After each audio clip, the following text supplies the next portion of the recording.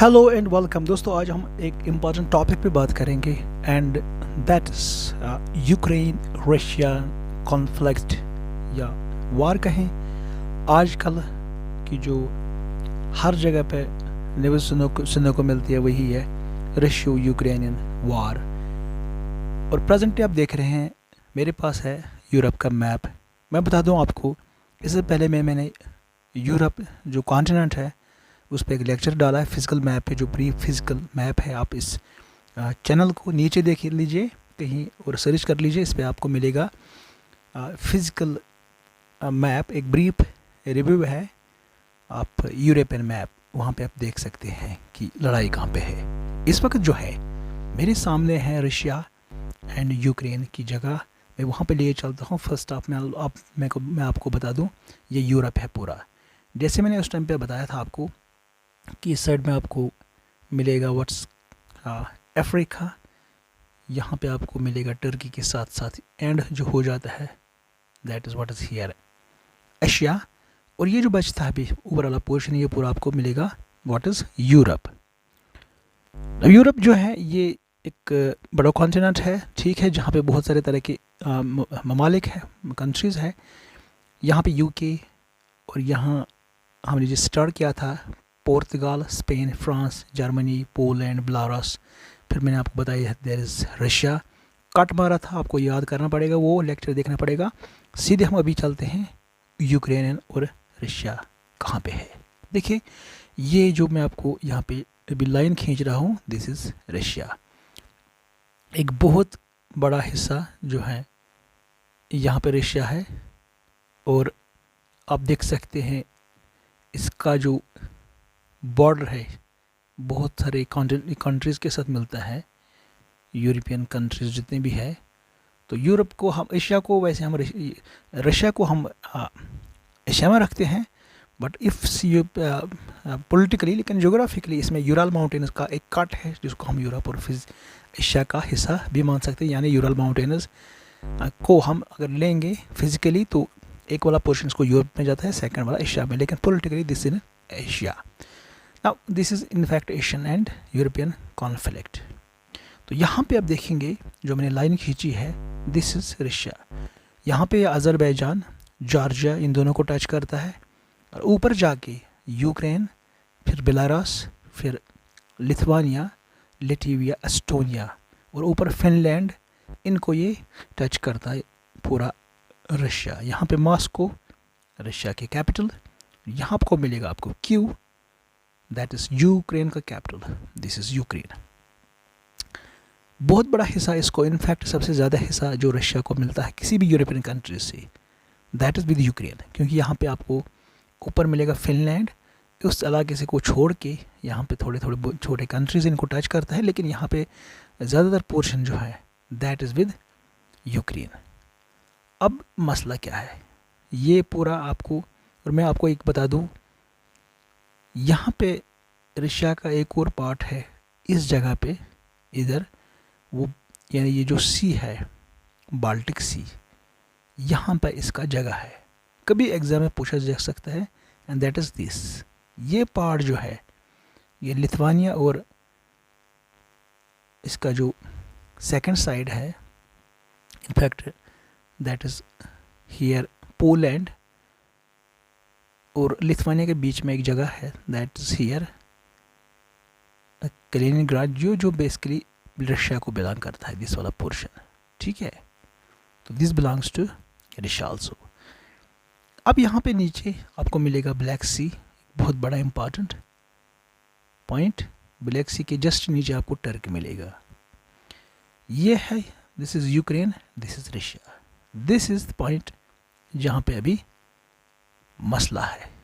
तो this is conflict zone, या पूरा कह सकते हैं ये अभी पूरा तनाव भरा है बॉर्डर। बहुत ज़्यादा तनाव अभी वर्ल्ड में यहीं पे है। तो यहाँ पे आप देखेंगे यूक्रेन का हिस्सा नीचे तक, लेकिन इसमें बहुत सारी लड़ाई हो गई है। इनफैक्ट हम एक और मैप पे चलेंगे जो यूक्रेन का है, मेन यूक्रेन का ही है, दैट इज़ दिस। यहाँ पे आप देखेंगे this is Russia, this is Belarus और यहाँ पे नीचे अगर जाएंगे थोड़ा आपको ब्लैक सी मिलेगा। This is conflict Crimea. तो ये जो टेरिटरी है रशिया इसको वो उसने कब्ज़ा किया। और यहाँ पे आप देखेंगे ब्लैक सी ऑफ अजोव। तो डेफिनेटली इस साल न्यूज़ में आने वाला है Sea of Azov, Black Sea, Crimea और इसका ये पोर्शन सिम्फरपोल और क्यू कैपिटल जो है यूक्रेन की। और इसके साथ साथ जो आपको मिलेंगे यहाँ पे कुछ हिस्से लोहांस्क याद करना पड़ेगा आपको कुछ, क्योंकि यहाँ पे न्यूज़ में है पूरा ये। तो दिस इज़ यूक्रेन। अब यूक्रेन की कंट्रीज़ भी आपको याद करने पड़ेंगे, मोल्डोवा। तो बेसिकली अब हम इसके बारे में थोड़ा सा आपको बताएंगे रशिया और यूक्रेन की लड़ाई के बारे में। मेरे पास एक और मैप है, दिस इज़ दिस वन। तो यहाँ पे हम बात कर रहे हैं बेसिकली, अगर मैं आपको बता दूँ तो जो रशिया यूक्रेन अगर वार की बात हम करेंगे, हाँ this actually going armed conflict, ये फरवरी 2014 में स्टार्ट हुआ, प्राइमरली इन्वॉल्विंग रशिया और प्रो रशियन फोर्सेस जो इनके साथ थे एक साइड से, दूसरे साइड में यूक्रेन। बेसिकली जो कॉन्फ्लिक्ट था that was central on status of Crimea. ये जो क्रीमिया जगह है ये किसको बिलोंग करती है, इसको रशिया भी क्लेम करता था और यूक्रेन भी। तो this is main point. And parts of Donbas, कुछ पार्ट्स है डोनबास के which are internationally recognised as parts of Ukraine. जो कॉन्फ्लिक्ट हुआ उसमें हुआ रशियन एनेक्शन ऑफ क्रीमिया, उन्होंने इसको कब्ज़ा किया 2014 में। उसके बाद हम कह सकते हैं डोनबास वार जो चला 2014 से आज तक, naval incidents, cyber warfare, political tension and Russian military build up near Ukrainian border from 2021. That is this point. Russia ने कुछ फोर्सेस मूव किए जो सेपरेटिस्ट कंट्रोल्ड रीजन्स थे 22 फरवरी को 2022. This culminated in full Russian invasion of Ukraine on 24th Feb on the same year. तो अगर basically आप देखेंगे अभी का डेट जो है, इसका जो मेन जो कॉन्फ्लिक्ट है इसमें 8 साल और 5 दिन हो गए, यानी 2014 की बात अगर करेंगे तो 20 फरवरी से स्टार्ट हो गया वार बेसिकली। तो हम कह सकते हैं this actually started actually 20 Feb 14, ठीक है। ये तब से वार चल रहा है, दिस 8 years 5 days। तो इसमें क्या हुआ, unmarked Russian troops take over Crimea amidst pro-Russian unrest in Ukraine following 2014 Ukrainian revolution, Russian intervention in war in Donbass, international sanctions and condemnation against Russia partially contributing to the Russian financial crisis 2014 to 16, removal of Russia from G8 and G7, signing up Minsk protocol with both sides later blaming each other for it not being part implemented, moving of Russian troops into separatist controlled territory, Russian invasion of Ukraine on 24th Feb 22। ये भी लड़ाई जारी है। तो territorial changes यही हो गए हैं कि जो क्रीमिया था इसको रशिया ने अपने साथ लिया है, and occupation of Kherson oblast portion of Crimean peninsula still from March to December 14। फिर उसके बाद डोनबास का हिस्सा Russian forces control Chernobyl nuclear power plant, जिसके बारे में आपको पता है कि लीक भी हुआ था एक बार।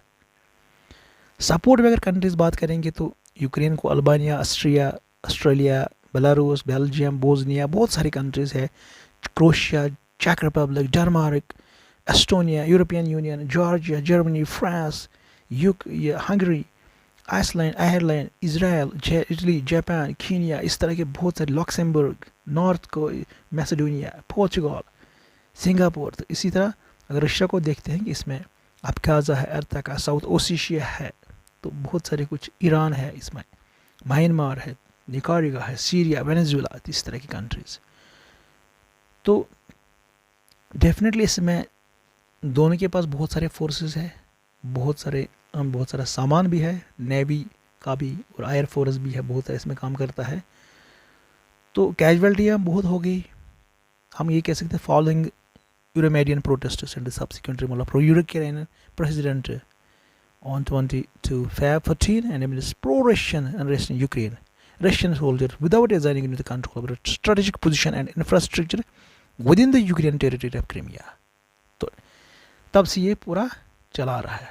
अभी का टेंशन बहुत ज़्यादा है, तो अब देखते हैं कि पूरा जो वर्ल्ड है वो किस तरह इसको देखता है, और ये जो स्टेटस ऑफ क्रीमिया है इसका क्या हो जाएगा, इसके बगैर, और जो बॉर्डर टेंशन है, कंट्रोल ऑन ब्लैक सी, इस पर कैसे रहेगा, और Russian relation with neighbouring countries वो कैसे रहेंगे, इसमें कौन कौन सी कंट्रीज़ उस साइड में जाएंगे तो एक बाइपोलर वर्ल्ड बनने का खतरा भी हो सकता है इसमें। तो this is about Russia and Ukraine present day conflict. Thank you for watching.